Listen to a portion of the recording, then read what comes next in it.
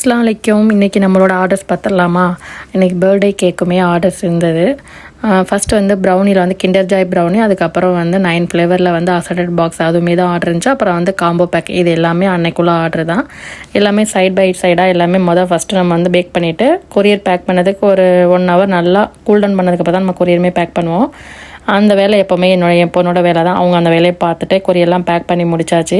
அடுத்த நாள் வந்து நமக்கு வந்து தம்மடமே 2 kg கிட்ட ஆர்டர் இருந்தது. சரி, அதையுமே ரெடி பண்ணலாம் இருந்தது. நாளே வந்து நம்ம அதுக்குள்ளே ப்ராசஸ் பார்த்தா தான் அடுத்த நாள் வந்து நம்ம பேக் பண்ணி ஓவன்லேயும் ஏற்ற முடியும்.